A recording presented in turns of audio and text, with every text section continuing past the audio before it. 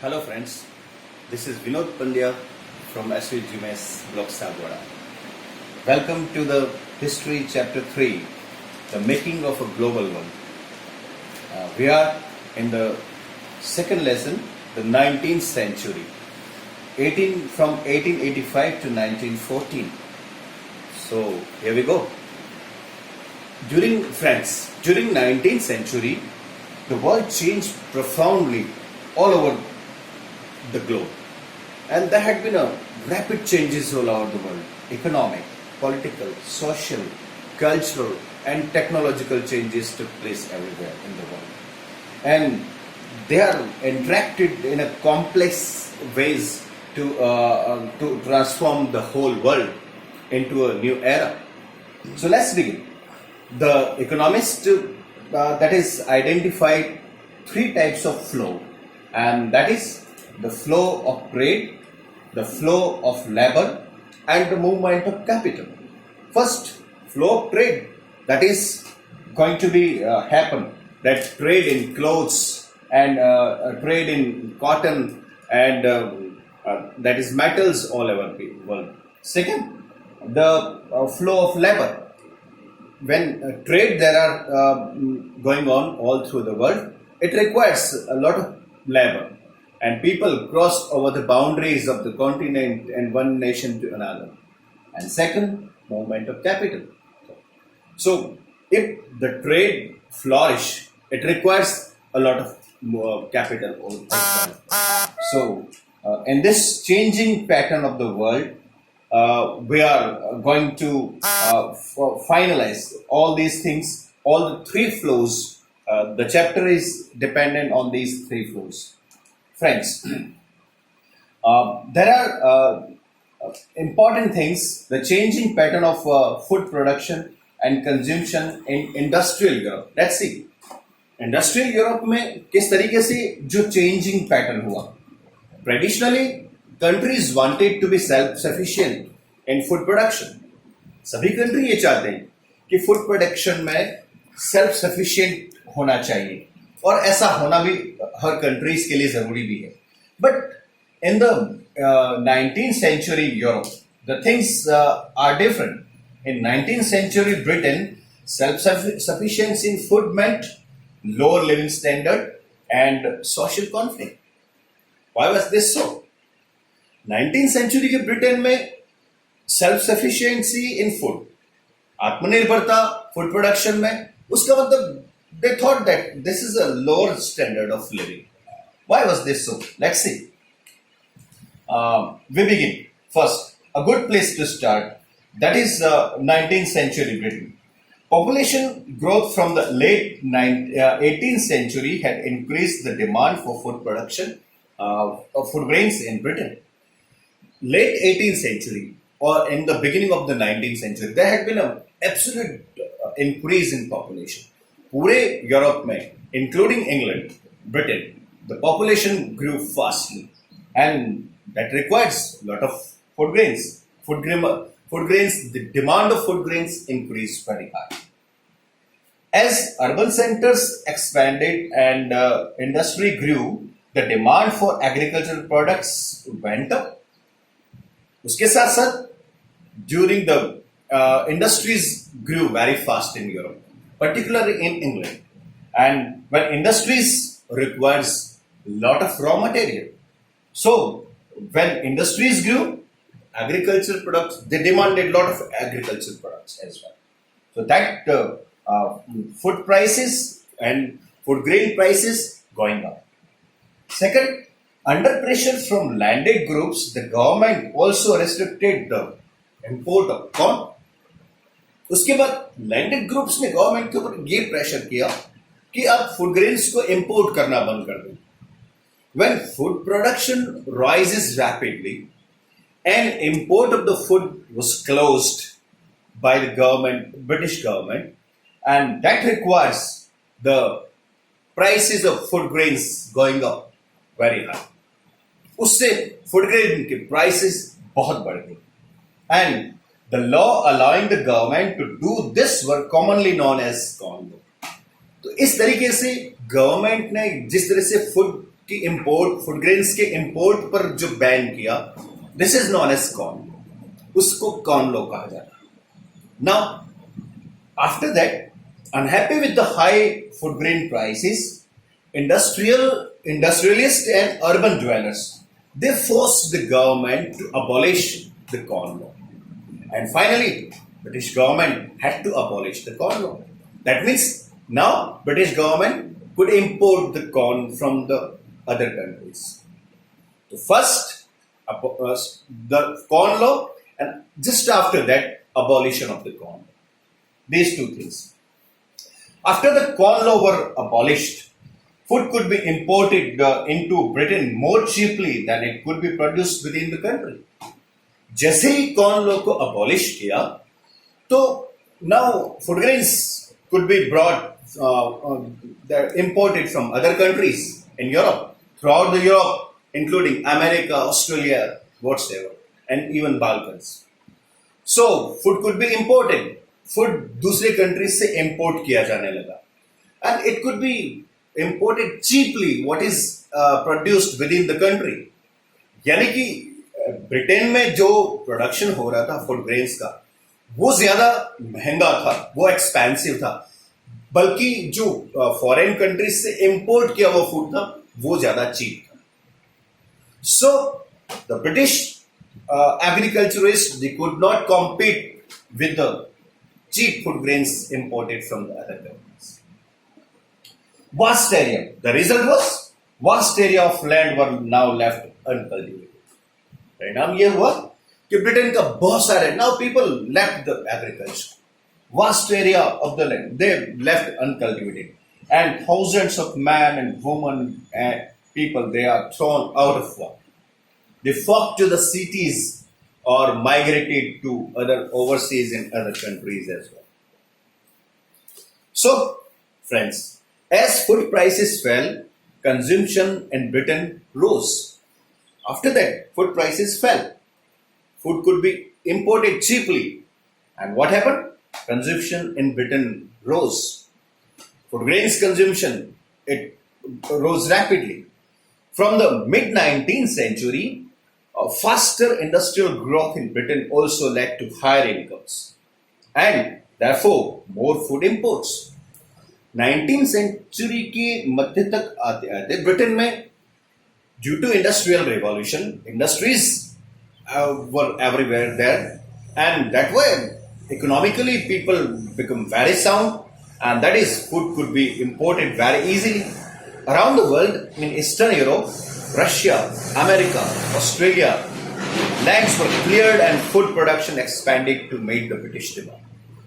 उसके बाद यूरोप की दूसरी country, now each countries including Australia, America, and eastern European countries including Balkan countries like this, they are ready to export the food grains to England, and that is England imported food grains from these countries.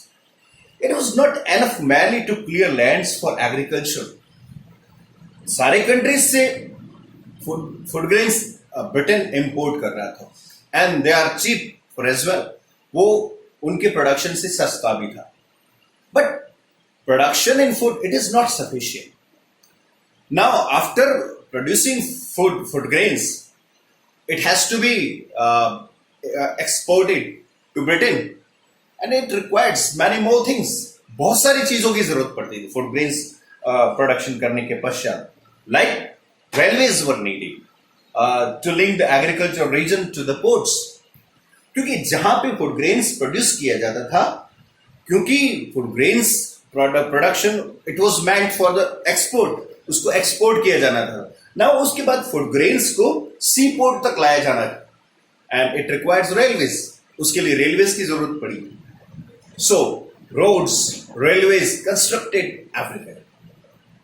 Second, new harbors had to be built and old ones expanded, and to the ship new cargoes.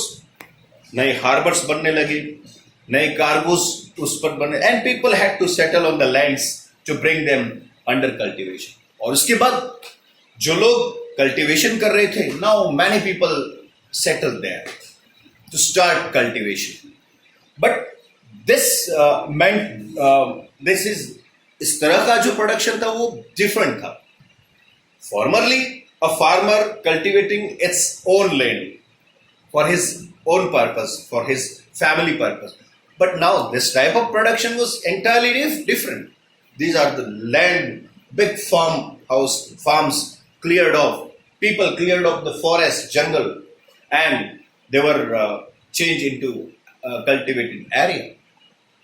Now many people's farmers, the big farmers, they had occupied many laborers into this farm, and these laborers had to work on the farmlands.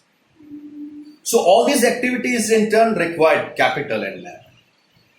Capital flowed from financial centers such as London, and the demand for labor in places where labor was in short supply, like in America and Australia, led to more migration.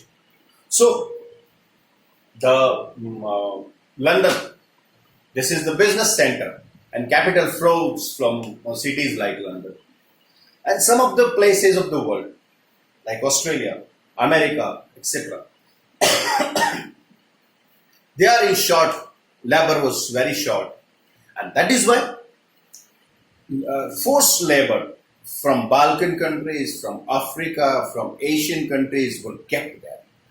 They were forced to bring the labor supply into America, into Australia, wherever it is demanded.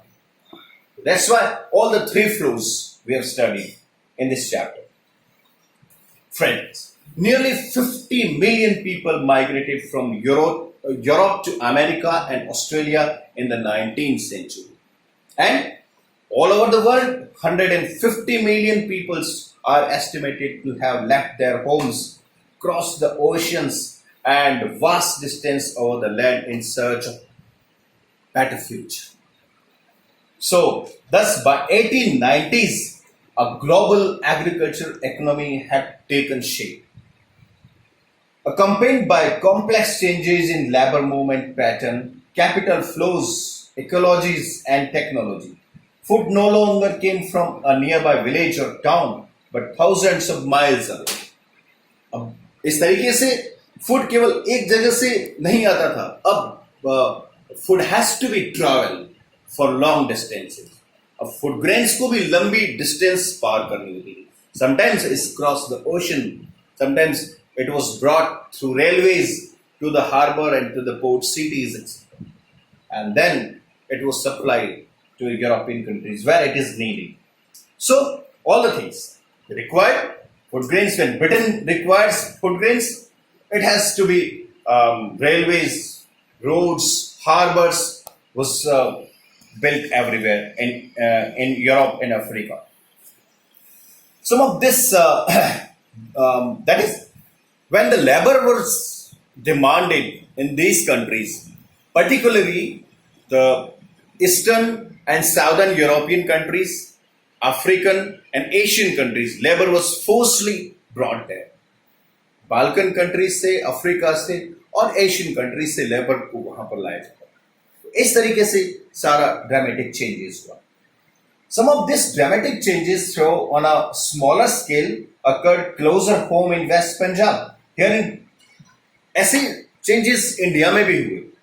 Western Punjab जो कि पाकिस्तान में, वहां पर British Indian government they built a network of irrigation canals to transform semi desert area into fertile agriculture.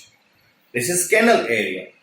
Punjab के अंदर western Punjab में जो desert area था उसको फर्टाइल बनाने के लिए ब्रिटिश गवर्नमेंट ने वहां पर कैनल सप्लाई की. And so that they started producing cotton and sugarcane, etc., raw material for their industries. Similar type of, इस तरीके से in the matter of cotton, in the matter of metals, etc., the stories can be viewed just like. So there are a number of other things, rubber and metals and cotton, etc. They are produced. Between 1920 and 1914, world trade is estimated to have multiplied 25 to 40 times. 1920 और 1820 and 1914, 1820s और 1914 के बीच में पूरे world का जो trade था वो 40 times बढ़ गया. Nearly 60% of this trade comprise primary products, that is agricultural products, wheat and cotton and minerals.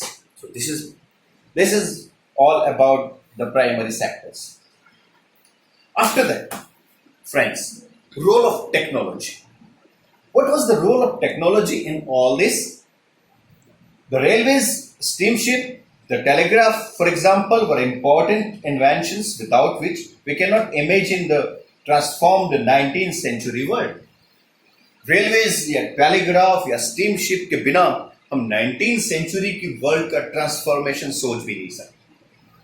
These all things are the key to change and the transform the world. Let us see how is this so.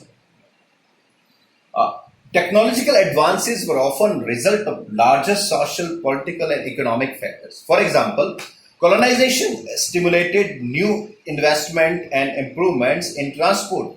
Faster railways, lighter wagons, and larger ships helped move from cheaply and quickly from faraway farms to the final market. After colonization करने के बाद हर जगह जहां जहां पर भी European colonies establish की गई थी, तो they started railways, faster wagons, ships, roads etcetera. उनको ये सारी चीजें बनानी पड़ी due to for the movement of foods, food grains and raw material etcetera. The trade in meat offer a good example of this connected process. अब उसमें एक example दिया जाए, trade that is till 1870s animals were shipped live from America to Europe and then slaughtered when they arrived there. Friends, 1870s तक America से Europe में meet supply किया जाता था, और जो एनिमल्स अमेरिका से यूरोप लाए जाते थे, ब्रिटेन में लाए जाते थे, वो लाइव यानी कि जिंदा एनिमल्स शिप में भर करके लाए जाते. But it was very difficult. Many times animals died on the way. Many times they lost their weights. Many times, sometimes the meat was not perfect to eat, etc. There are a lot of troubles in it. And then the animals were brought in Europe or in England. They were slaughtered there, and then meat was supplied. And the result was meat was very expensive. Sometimes it is out of reach of poor British people. And so after that, the important thing was there was new technology came in the way, and that is high prices and new technology, namely refrigerated ship came into existence. उसके बाद refrigerated ship जब आए, उससे ये फायदा हुआ कि now people could transport the perishable foods over long distances. अब केवल now meat can be slaughtered, animals slaughtered where they were started off. जहां से एनिमल्स लाए जाते थे उनको वहीं स्लॉटर किया जाता था, उनको वहीं मारा जाता था. उसके साथ मीट को रेफ्रिजरेटेड शिप में डाला जाता था. उसके बाद it is exported where it is demanded. उसका रिजल्ट ये हुआ, now animals were slaughtered the food at the starting point in America, Australia और New Zealand, and then transported to Europe as a frozen meat. The reduced shipping cost and lowered meat prices in Europe. इसका result ये हुआ कि shipping cost reduce हो गई. Now in Europe the meat prices were fell. उससे Europe में meat के prices बहुत कम हो गए. Now it is easy for poor people to get the meat. Then to the earlier monotony of bread and potatoes, many, though not all, could now add meat and butter and eggs to their diet. ये हुआ कि जो poor people केवल bread और potatoes पर depend थे, अब वो मीट और एग्स और नॉन वेज को भी अपने साथ ऐड कर सकते हैं. Better living conditions promoted social place within the countries and support for imperialism abroad. तो इस तरीके से लोगों की जो लिविंग कंडीशन थी वो बेटर होने लगी. लोगों के अंदर इकोनॉमिक जो एक्टिविटीज थी वो बढ़ने लगी, प्रॉस्पेरिटी बढ़ने लगी, and that is something supported the imperialism abroad. उससे लोगों को अब्रॉड में अफ्रीकन और एशियन कंट्रीज को जो कॉलोनीज इस्टेब्लिश की जाती थी यूरोपियन कंट्रीज के द्वारा, उस अवधारणा को सपोर्ट मिला। और इस तरीके से now many European countries including Britain, France, Germany, Portugal, Spain and many other countries, they started colonizing their countries, other countries like in Africa and Asia. तो इस तरीके से यहां पर colonization शुरू हुई। Friends, we shall talk about what are the impact of the colonization later on.